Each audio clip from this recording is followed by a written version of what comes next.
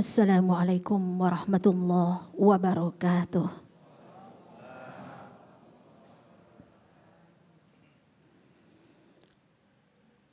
A'udzu billahi minasy syaithanir rajim.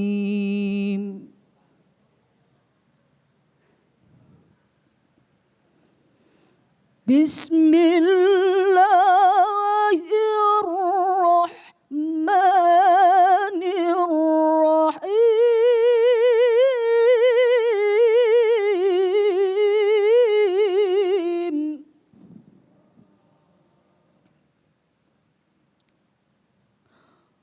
Wa ya'buduna min dunillahi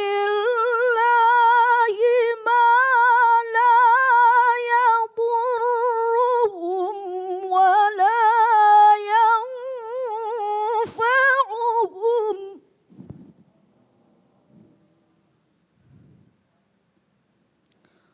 Wa yaquluna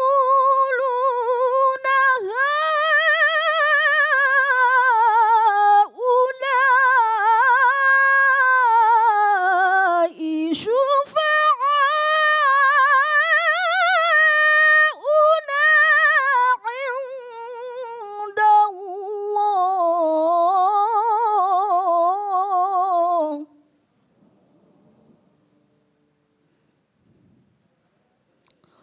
Qul atunabbi'una Allaha bima la ya'lamu fis samawati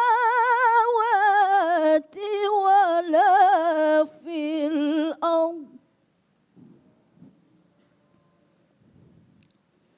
Subhanahu wa ta'ala amma yushrikun.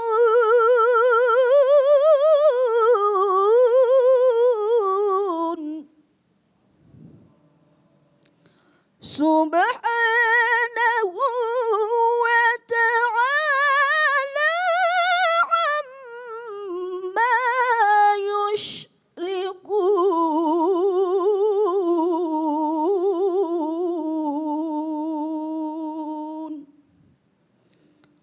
Shadaqallahul azim.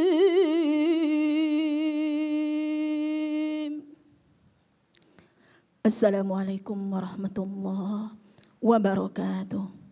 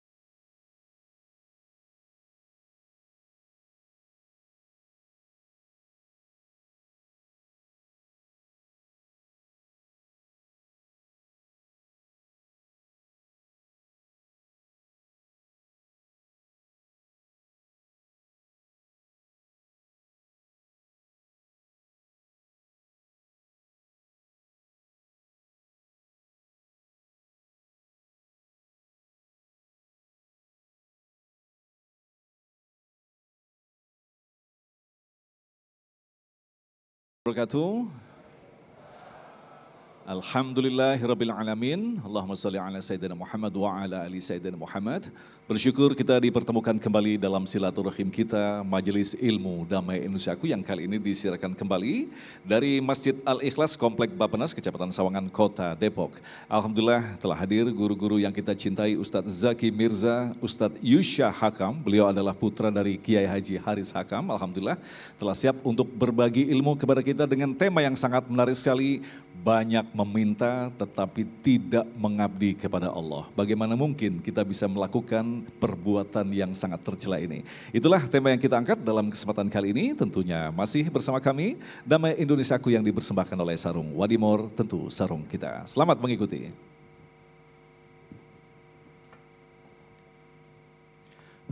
Assalamualaikum warahmatullahi wabarakatuh.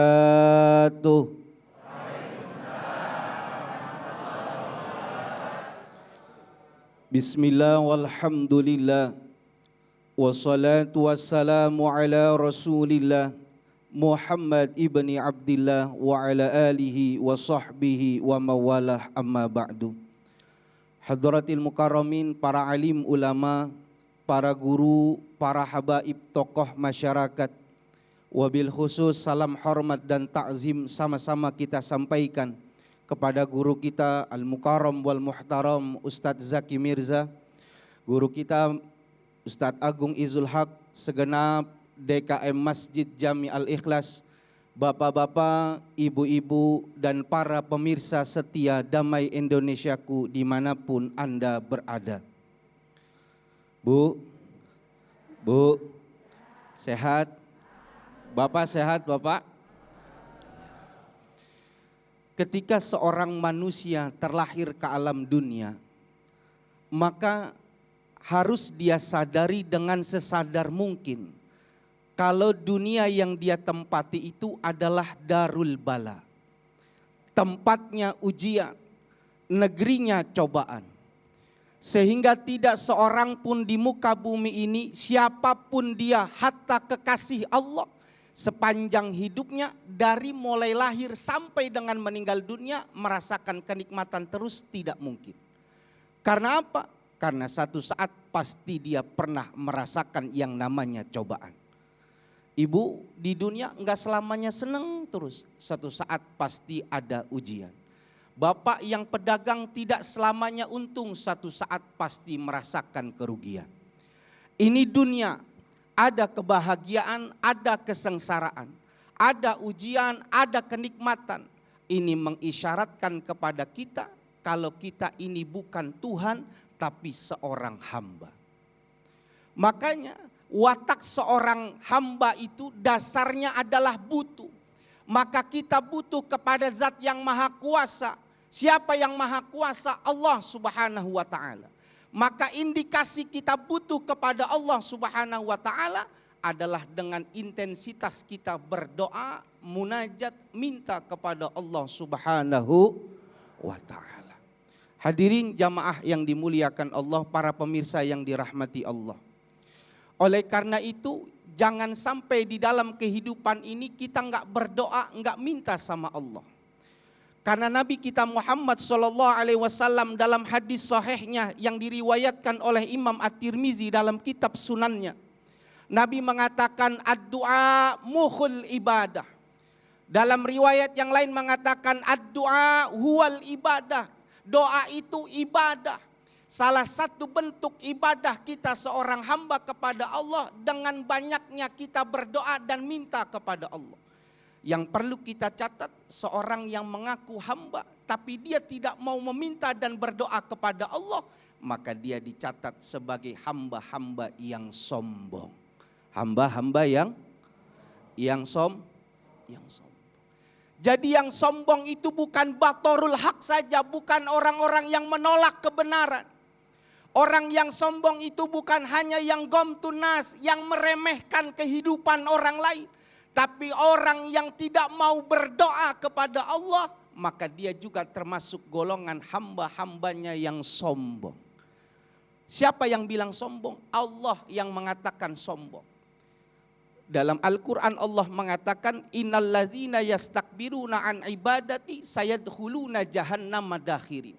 Mereka orang-orang yang sombong dari hambaku, kata Allah, termasuk orang-orang yang gak mau minta, kata Imam Ibnu Katsir, nanti mereka kelak dimasukkan ke dalam nerakanya Allah dalam keadaan yang hina.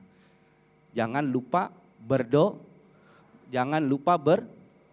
supaya nama kita tidak tercatat sebagai hamba-hamba Allah yang sombong.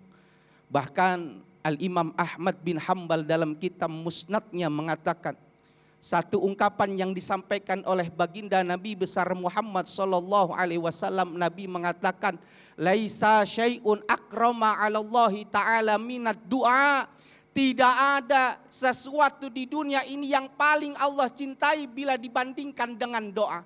Ketika seorang hamba, ibu, bapak, seluruhnya kita munajat minta sama Allah, berharap kepada Allah, maka saat itu timbul rasa cinta Allah kepada kita.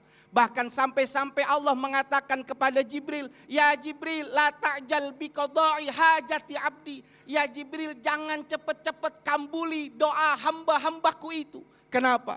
Sesungguhnya aku senang ketika mendengar hambaku meminta kepada diriku. Ibu, malam doa, anak nakal, anak kurang baik perilakunya, minta sama Allah, doa sama Allah. Insya Allah, Allah mengijabah setiap doa yang kita sampaikan. Hadirin jamaah yang dimuliakan Allah. Lalu apa dahsyat keutamaan doa itu? Selain sebagai bentuk ibadah kita seorang hamba, dahsyatnya apa?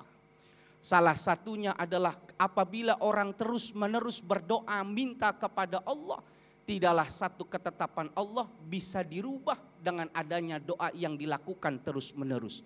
La yaruddul qada'a ila biddu'a, tidak bisa berubah ketetapan Allah kecuali dengan dahsyatnya satu doa. Sebagaimana yang dikisahkan oleh ulama, ibu, ada zaman Nabi Musa alaihi salatu wassalam.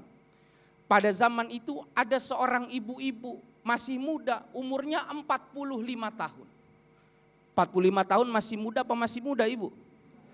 Halo? Ini 45 tahun masih muda apa masih muda? Ini mah kalau ayam udah biangan ini mah. 45 tahun, nikah 15 tahun belum dikasih anak. Suami udah pengen banget gendong anak. Orang tua udah pengen banget gendong cucu, belum dikasih. Akhirnya datang kepada Nabi Musa, minta kepada Nabi Musa, wahai Nabi, wahai Rasul, tolong doakan. Minta sama Allah, mudah-mudahan aku bisa diberikan keturunan. Maka Nabi Musa kasihan sama ibu ini, termasuk umatnya. 45 tahun ibu, bayangin, nggak bisa punya anak, kebayang sebagai istri batin tertekan, betul? 15 tahun. Akhirnya dia minta doa sama Nabi Musa. Nabi Musa angkat tangan doa. Allah balas lewat Jibril. Jibril bilang, ya Musa, maaf, sampaikan kepada ibu itu bahwasannya dia di Lauhul Mahfuz tercatat sebagai perempuan yang mandul. Balik dia terus berdoa kepada terus berdoa kepada Allah Subhanahu wa taala. Maka satu ketika Nabi Musa mendapati ibu tersebut sedang menggendong anak. Maka ditanya oleh Nabi Musa, ibu ini anak siapa? Kan kau tercatat perempuan yang mandul. Iya Nabi Musa, ketika kau katakan aku perempuan yang mandul, aku terus berdoa kepada Allah Subhanahu wa taala sehingga doaku dikabulkan karena dahsyatnya doa yang diajarkan oleh dirimu. Mudah-mudahan kita jangan dicatat oleh Allah sebagai hamba-hambanya yang sombong karena malas mengangkat tangan kepada Tuhan yang Maha Kuasa. Wallahu a'lam bishawab.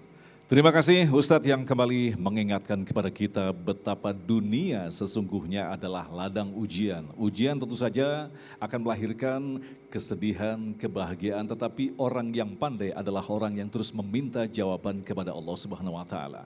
Tetapi bagaimana mungkin ada orang yang terus menerus memohon kepada Allah tetapi justru tidak pernah beribadah? Bagaimanakah penjelasannya? Ustadz Zaki tentu saja akan menjelaskan selepas pesan-pesan berikut ini. Damai Indonesiaku.